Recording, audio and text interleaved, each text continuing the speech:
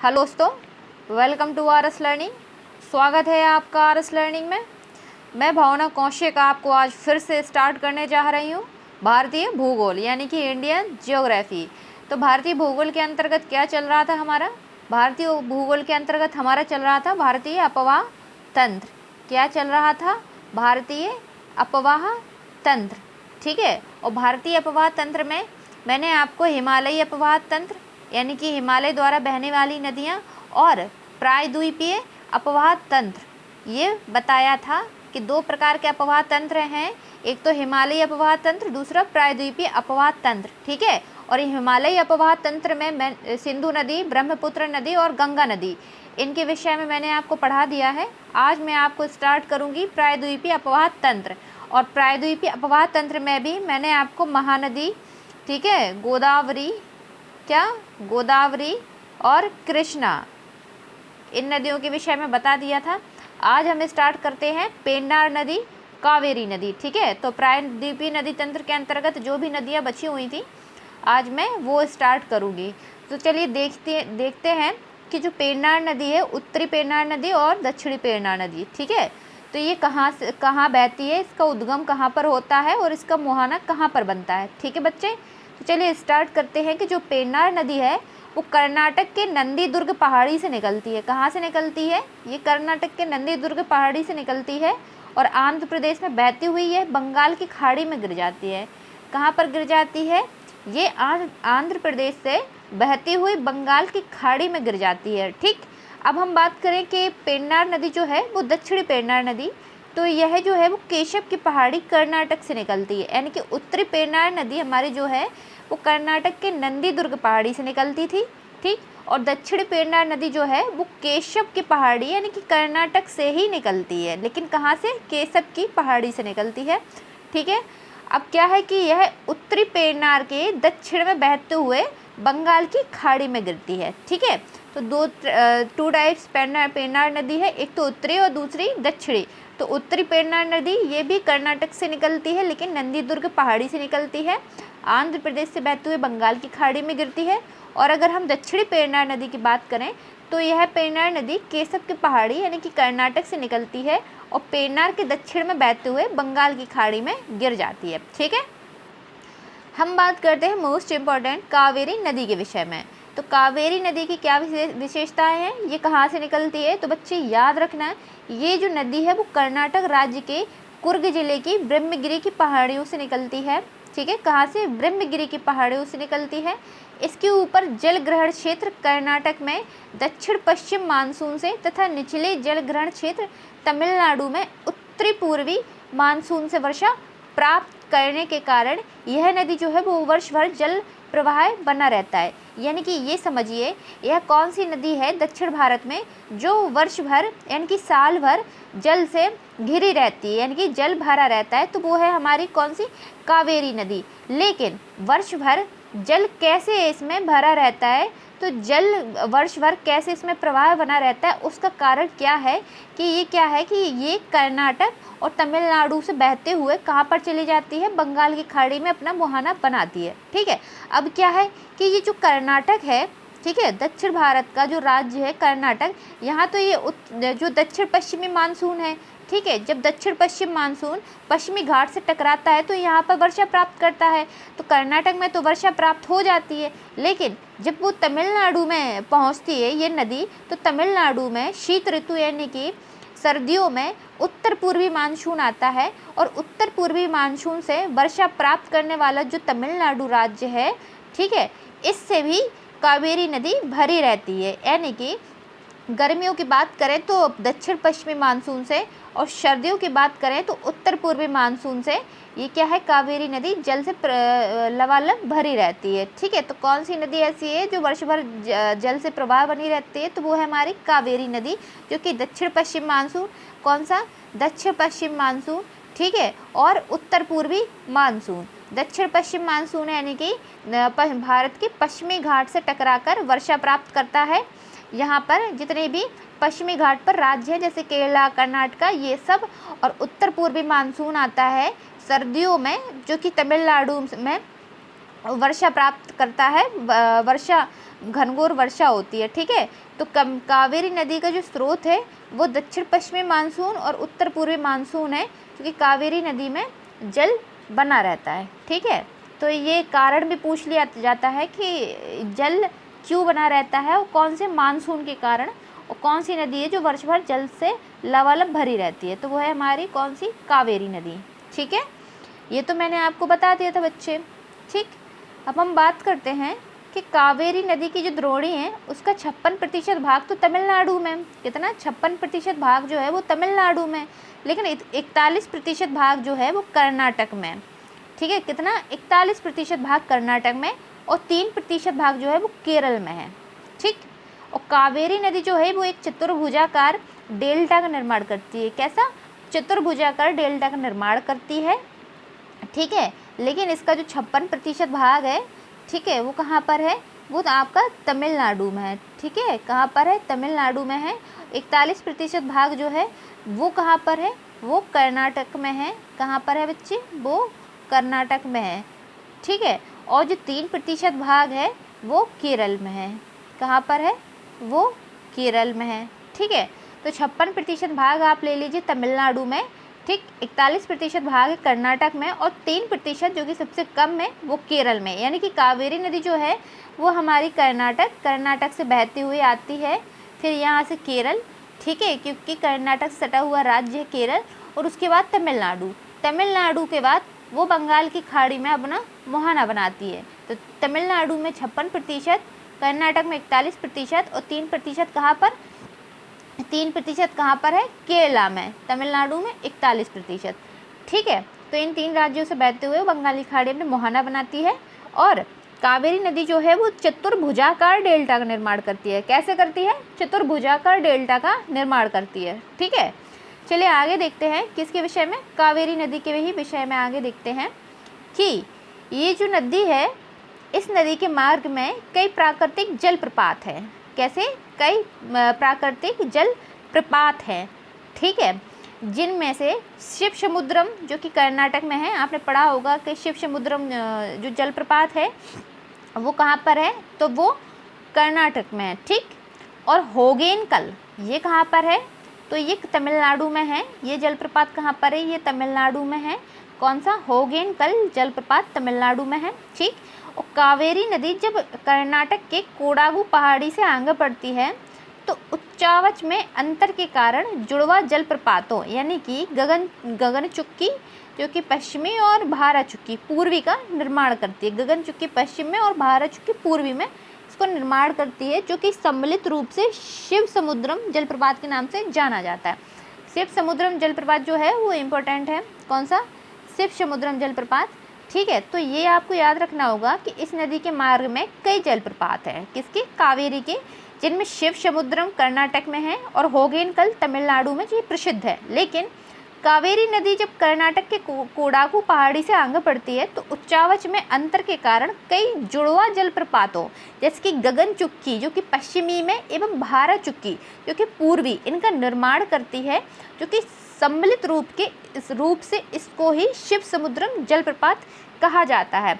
ठीक है, अब आपने पढ़ा होगा शिव समुद्रम जलप्रपात, लेकिन ये पता नहीं होगा कि गगन चुक्की और भारा चुक्की इनको ही सम्मिलित रूप से हम क्या कहते हैं, शिव समुद्रम जलप्रपात कहते हैं। ठीक है बच्चे, क्या कहते हैं, शिव समुद्रम जलप्रपात कहते हैं। तो ये हो गया हमारा कावेरी नदी के विषय में। ठीक है, तो पेन्नार नदी, उत्तरी पेन्नार, दक्षिणी पेन्नार और कावेरी नदी। चलिए आगे देखते हैं। अब हम बात करते हैं पश्चिम वाहिनी नदियाँ। किसके बारे में, पश्चिम वाहिनी नदियाँ। ठीक है, चलिए बात करते हैं जैसे कि साबरमती नदी। ठीक, तो जो साबरमती नदी है यह राजस्थान के उदयपुर ज़िले के अरावली पहाड़ी से निकलती है। ये कहाँ से निकलती है, जैसे कि ये है हमारा राजस्थान। ठीक है, ऐसे ही सीधी गई है अरावली पहाड़ी।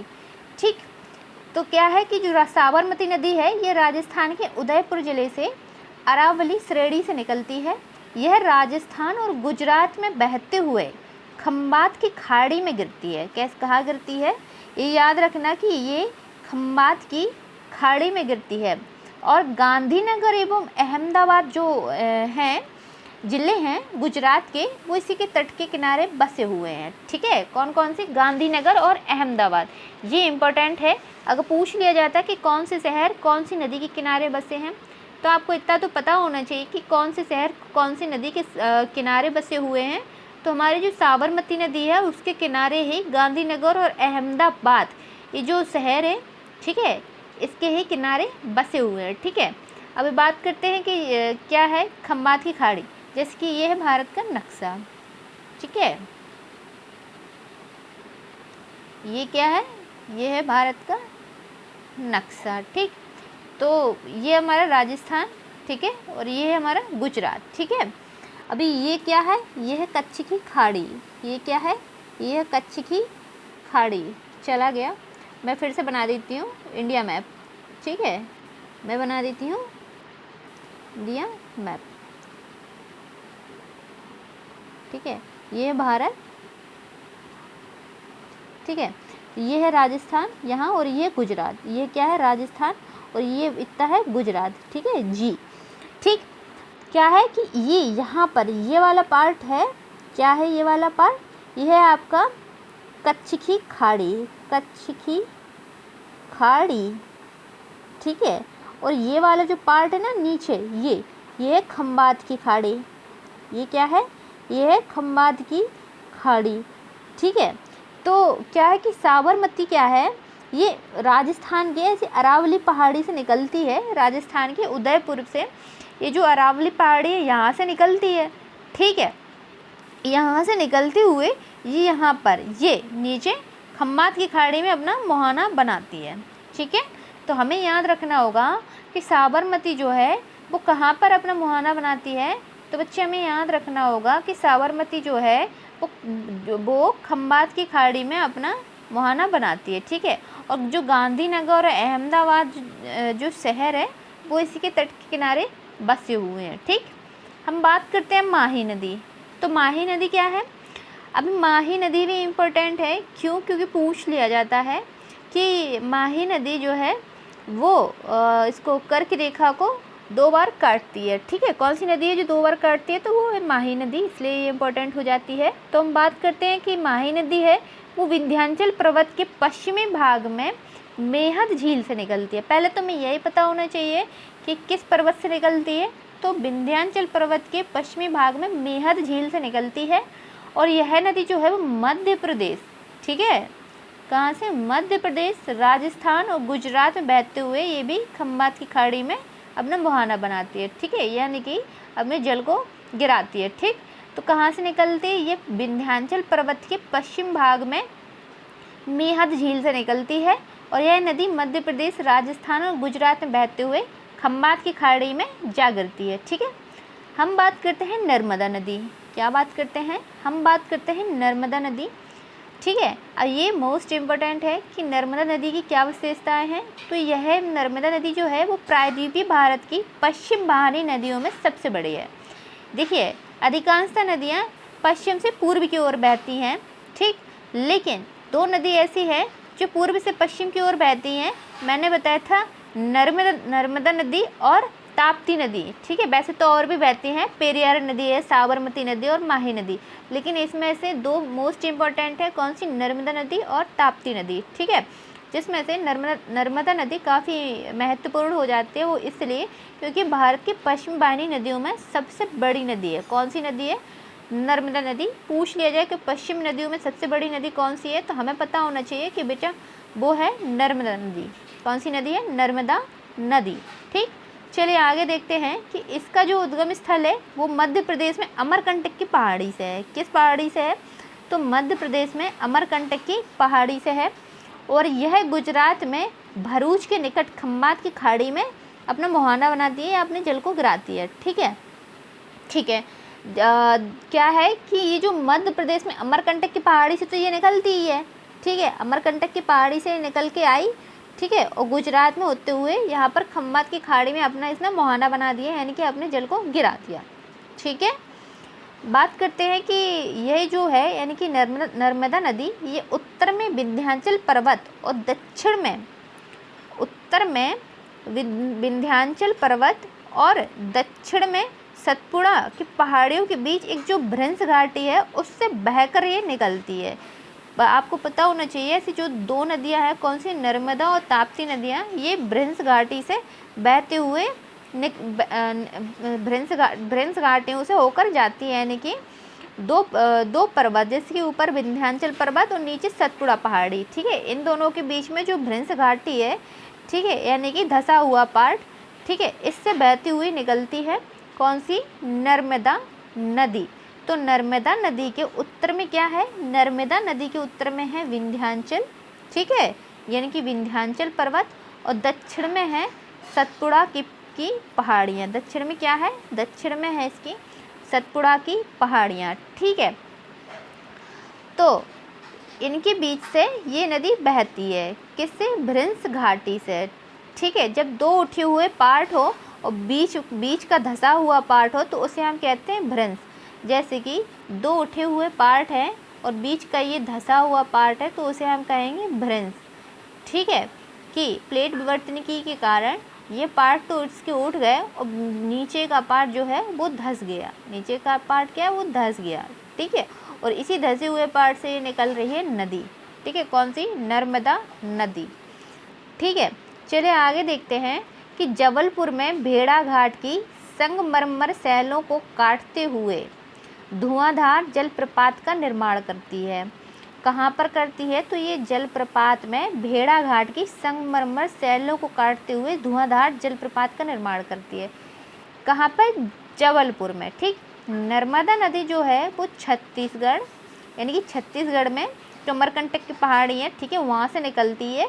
फिर मध्य प्रदेश, ठीक है, महाराष्ट्र, ठीक, गुजरात, इनसे होकर बहती है। तो आपको याद रखना होगा ये मध्य प्रदेश, ये आ जाता है सवाल, महाराष्ट्र, ठीक है, महाराष्ट्र और गुजरात, ठीक है, कहाँ कहाँ पे बहती है, तो ये मत लगा देना राजस्थान भी नहीं, मध्य प्रदेश, ठीक है, महाराष्ट्र और गुजरात, सीधा मध्य प्रदेश, फिर यहाँ पर ऐसे जाएंगे, यहाँ पर महाराष्ट्र पड़ेगा, ठीक है, मध्य प्रदेश के नीचे ऐसे महाराष्ट्र, ठीक, यानी कि दक्षिण पश्चिम में, और उत्तर पश्चिम में हम ले लेंगे गुजरात। तो यहाँ पर क्या है, नर्मदा नदी बहती है, यानी मध्य प्रदेश, गुजरात और महाराष्ट्र, यहाँ से छत्तीसगढ़ से इसका उद्गम होता है, अमरकंटक की पहाड़ियाँ, ठीक है। तो ये आपको पता होना चाहिए कि किस किस राज्य में ये बहती है, ठीक।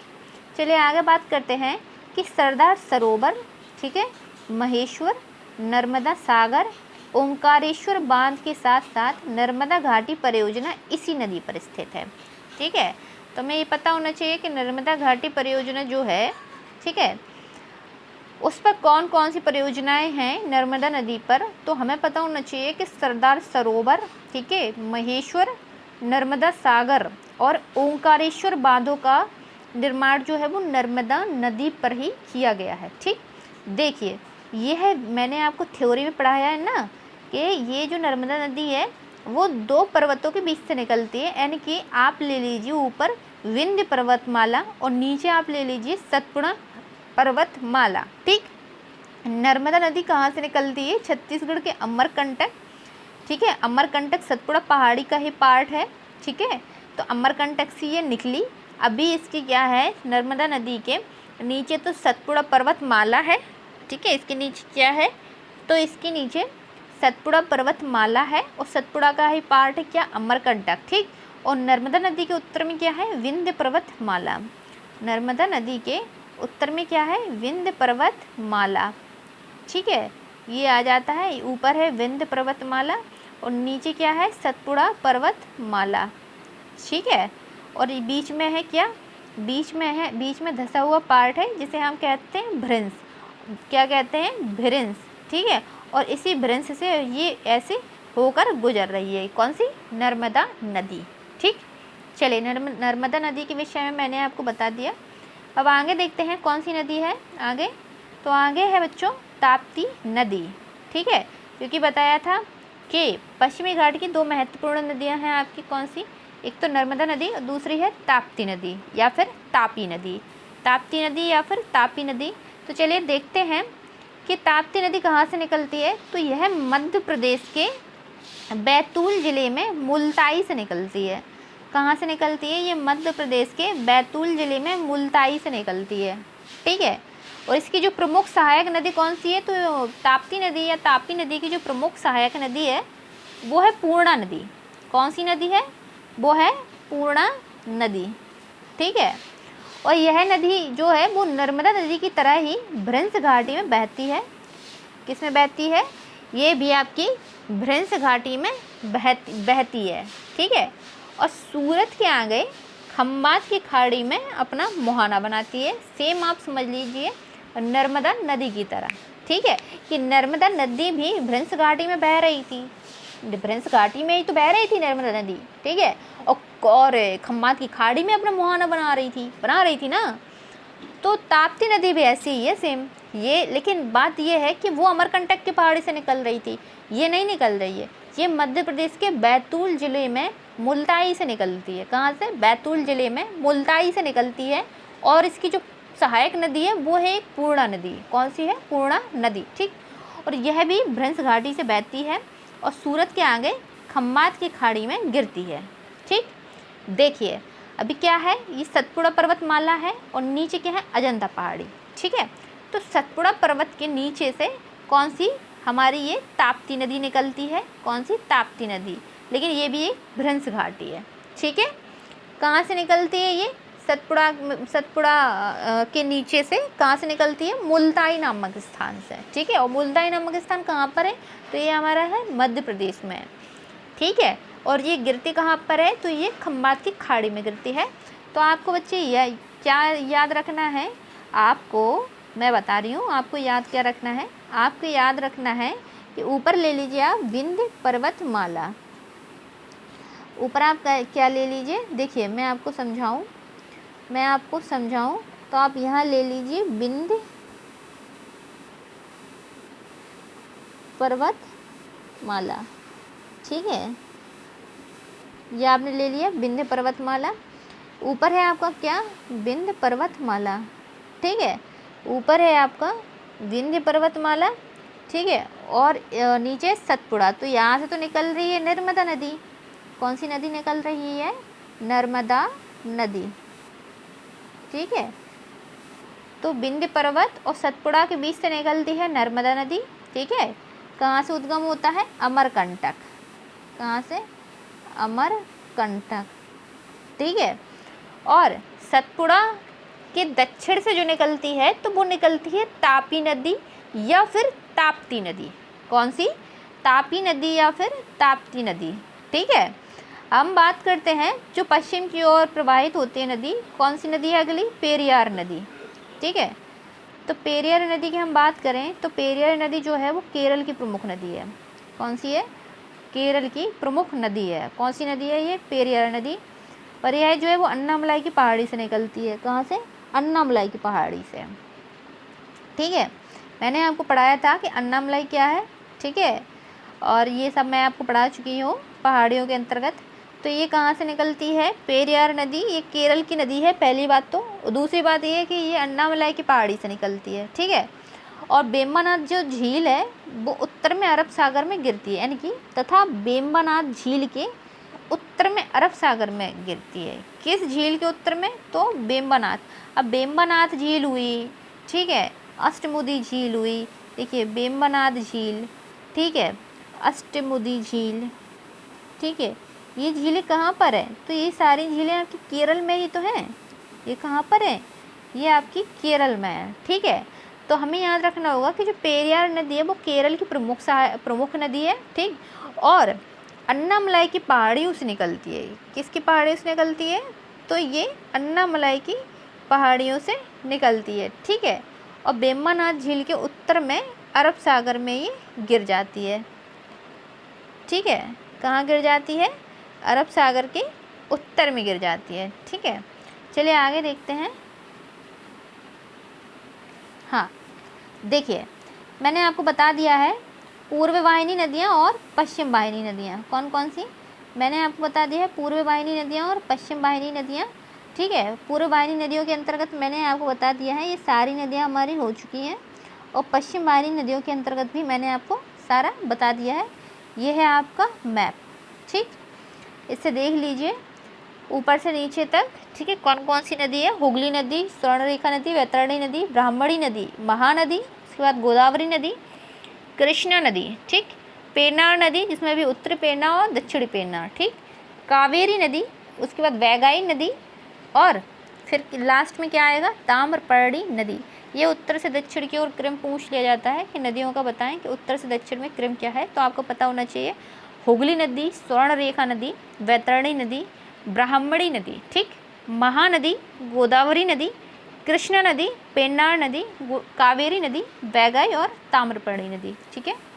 चलिए आगे देखते हैं कि प्रायद्वीपीय भारत की जो विभिन्न नदी घाटी परियोजना है ना, विभिन्न नदी घाटी परियोजनाएं, ठीक है, तो वो देखते हैं कि कौन कौन सी नदी घाटी परियोजनाएं हैं। चलिए देखते हैं। पश्चिम वाहिनी नदियों पर नदी घाटी परियोजनाएं, यानी कि भारत के पश्चिमी घाट की ओर बहने वाली जो नदियां हैं उस पर कौन कौन सी परियोजनाएं हैं, ठीक है। जैसे कि मैंने आपको बताया था कि नर्मदा घाटी परियोजना, ठीक। तो यह एक बहुउद्देशीय नदी घाटी परियोजना है, ठीक है, जो कहाँ पर है? नर्मदा नदी पर है, ठीक है। बहुउद्देशीय का मतलब ये है कि हम ऐसी परियोजना का निर्माण करेंगे जिससे बहुउद्देश्य की पूर्ति हो सके, जैसे कि विद्युत का भी उत्पादन हो सके, जैसे कि सिंचाई का भी काम हो सके, ठीक है। इसीलिए हम परियोजना का निर्माण करते हैं जिससे हमारे बहुत सारे उद्देश्यों की प्राप्ति हो सके, ठीक है। तो क्या है कि हम बात करते हैं नर्मदा घाटी परियोजना। तो यह एक बहुउद्देशीय नदी घाटी परियोजना है जिससे लाभान्वित होने वाले राज्य कौन कौन से हैं, ये मोस्ट इम्पॉर्टेंट है, आपको याद रखना है कि जैसे कि महाराष्ट्र हुआ हमारा, ठीक है, मध्य प्रदेश है, गुजरात और राजस्थान। नर्मदा घाटी परियोजना में आपका कौन कौन सा आएगा बच्चा? महाराष्ट्र आएगा, मध्य प्रदेश आएगा, गुजरात आएगा और राजस्थान आएगा, ठीक। इस परियोजना के अंतर्गत 29 बड़े बांध बनाए जा रहे हैं। इसमें मध्य प्रदेश का नर्मदा सागर बांध तथा गुजरात का सरदार सरोवर बांध सर्वाधिक महत्वपूर्ण है। कौन सा? मध्य प्रदेश का नर्मदा सागर, ठीक है। नर्मदा घाटी परियोजना पर मध्य प्रदेश का नर्मदा सागर बांध और गुजरात का सरदार सरोवर बांध, ठीक है, ये सर्वाधिक महत्वपूर्ण है, ठीक है। ये मोस्ट इम्पॉर्टेंट है, ये पूछ लिया जाता है कि किस किस राज्य में नर्मदा घाटी परियोजना का लाभ मिल रहा है, तो आपका आएगा मध्य प्रदेश, महाराष्ट्र, गुजरात और राजस्थान। और मध्य प्रदेश में नर्मदा सागर बांध, ठीक है, और गुजरात में सरदार सरोवर बांध, ठीक। बांध के अधिक ऊंचा होने के कारण बड़े क्षेत्र पर जल जमाव की समस्या पैदा होगी और बड़े भूभाग से वन काटे जाएंगे तथा बड़ी जनसंख्या को विस्थापित होना पड़ेगा, ठीक है। इन्हीं समस्याओं के कारण बांध की ऊंचाई को कम रखने की मांग समाजशास्त्रियों यानी कि पर्यावरणविदों के द्वारा उठाई जा रही है। जैसे कि ये है मेधा पाटेकर, ये फेमस नाम है, ये क्या है? इनका नर्मदा घाटी परियोजना से बेहद महत्वपूर्ण इनका नाम संबंधित है, ठीक है। किनका क्या नाम है? मेधा पाटेकर, ठीक है। तो मेधा पाटेकर ने इसका विरोध किया था कि अगर नर्मदा घाटी परियोजना बंदी तो इत्यादि समस्याएं आ सकती हैं। कौन कौन सी? जैसे कि वन काटे जाएंगे, ठीक है। तो वनों का जो विनाश होगा तो उससे पर्यावरण में समस्या आएगी, जनसंख्या को विस्थापित होना पड़ेगा, यानी कि वहाँ पे जो बस्तियाँ होंगी उनका स्थानांतरण होगा, ठीक है। जल जमाव जैसे इत्यादि समस्याएं आएंगी। तो मेधा पाटेकर जो है, इनका नाम पूछ लिया जाता है, ये कौन सी पर्यावरणविद हैं, इनका किस में संबंधित है नाम, जैसे कि वन आंदोलन से संबंधित है नाम इनका, या फिर नर्मदा घाटी परियोजना संबंधित है, किस से संबंधित? तो हमें पता होना चाहिए कि मेधा पाटेकर का नर्मदा घाटी परियोजना से नाम संबंधित है, ठीक है। हम बात करते हैं अब उकाई परियोजना। तो उकाई परियोजना जो है यह गुजरात और महाराष्ट्र की संयुक्त परियोजना है। कहाँ की है? ये गुजरात और महाराष्ट्र की संयुक्त परियोजना है। तापी नदी पर उकाई नामक स्थान पर गुजरात पे ही बांध बनाया गया है। तो उकाई परियोजना किस नदी पर बनाया गया? तो उकाई परियोजना जो है वो तापी नदी पर बनाया गया, ठीक है। किस नदी पर? तापी या ताप्ती नदी पर बनाया गया। लेकिन गुजरात और महाराष्ट्र की संयुक्त परियोजना है ये। कैसी है? संयुक्त, ठीक है। तो हो गया उकाई परियोजना। बात करते हैं काकरा पार योजना। तो काकरा पार परियोजना यह गुजरात की योजना है, ठीक है। और तापी नदी पर काकरा पार नामक स्थान पर बांध बनाया गया है। इससे जल विद्युत का उत्पादन किया जाता है। किसका? जल विद्युत का। काकरा पार्क कहाँ पे, ये गुजरात की योजना है और ताप्ती नदी पर बना है। ठीक है, तो आपको दो याद रखना है, एक तो शहर का नाम या उसका राज्य का नाम, ठीक है, या और दूसरा आपको नदी का नाम। ठीक, बात करते हैं माही योजना। तो इस योजना के अंतर्गत मध्य प्रदेश पर माही बांध बनाया गया है। माही नदी पर बांध बनाया गया है, यानी मध्य प्रदेश पर माही नदी पर बांध बनाया गया है। और बांध के पीछे स्थित जलागार का नाम क्या है, जमना लाल बजाज सागर।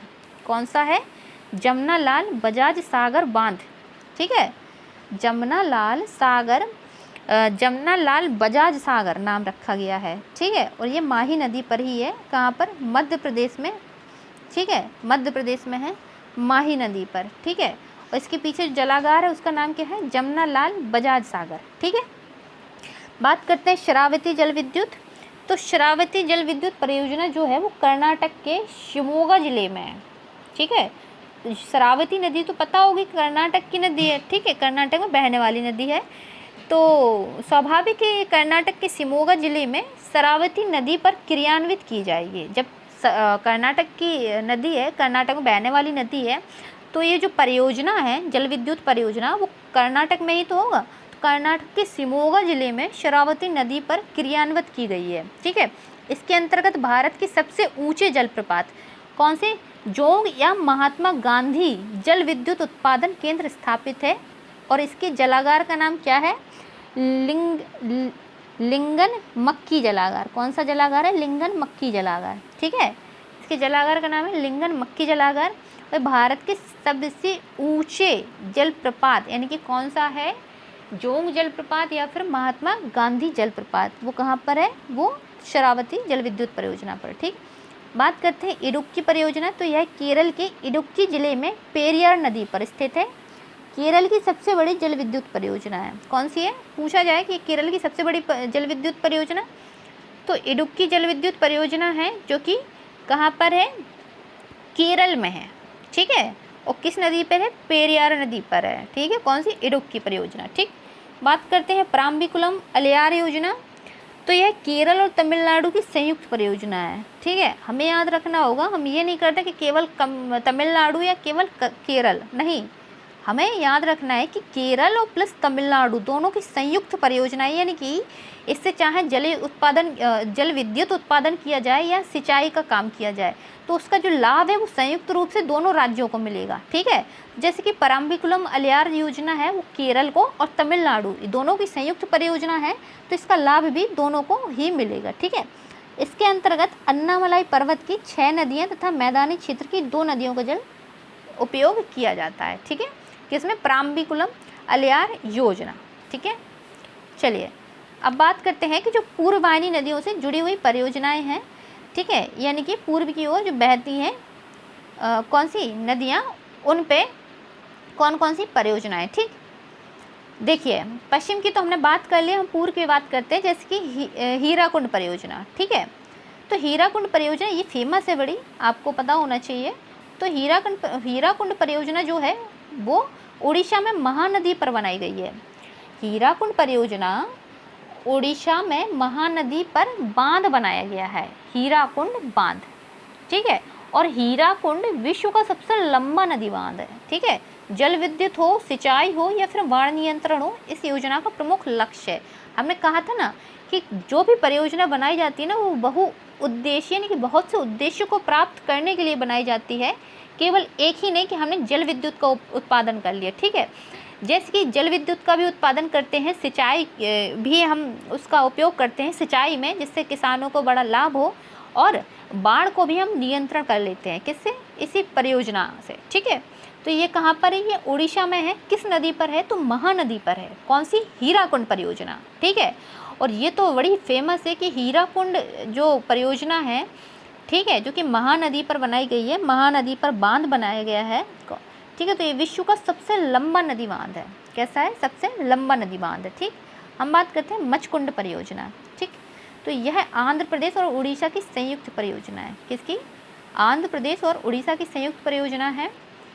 ओडिशा एवं आंध्र प्रदेश की सीमा पर मचकुंड नदी पर बांध बनाया गया है। ठीक है, किस पे, उड़ीसा एवं आंध्र प्रदेश की सीमा पर मचकुंड बांध बनाया गया है। ठीक, टाटा जल विद्युत परियोजना, तो यह महाराष्ट्र में विकसित परियोजना है। ठीक है। इस योजना के तहत पश्चिम घाट पर्वत पर होने वाली अत्यधिक वर्षा के जल को झीलों में एकत्रित कर जल विद्युत बनाया जाता है। इसका विकास टाटा समूह द्वारा किया गया है। ठीक है, चलिए ये हो गई। बात करते हैं आगे कोयना जल विद्युत परियोजना। किसके बारे में बात करते हैं? कोयना जल विद्युत परियोजना। कोयना जल विद्युत परियोजना क्या है? कोयना नदी यानी कि महाराष्ट्र में है।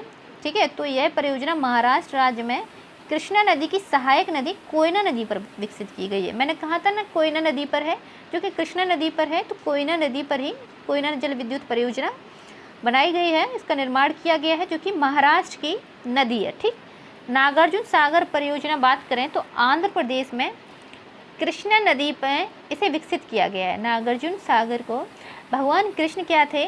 ठीक है, ठीक है, तो इनने एक लीलन की थी। ठीक है, किससे? नागो या सर्प देवता पर उन्होंने नृत्य किया था। तो इससे आप याद रख सकते हैं कि आंध्र प्रदेश में नागार्जुन सागर परियोजना जो है वो आंध्र प्रदेश में कृष्णा नदी पर इसे विकसित किया गया है।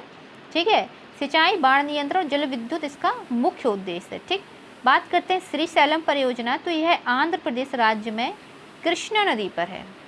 श्रीशैलम परियोजना जो है वो आंध्र प्रदेश में कृष्णा नदी पर। ठीक, अलमाटी परियोजना, तो यह परियोजना कर्नाटक राज्य में कृष्णा नदी पर है।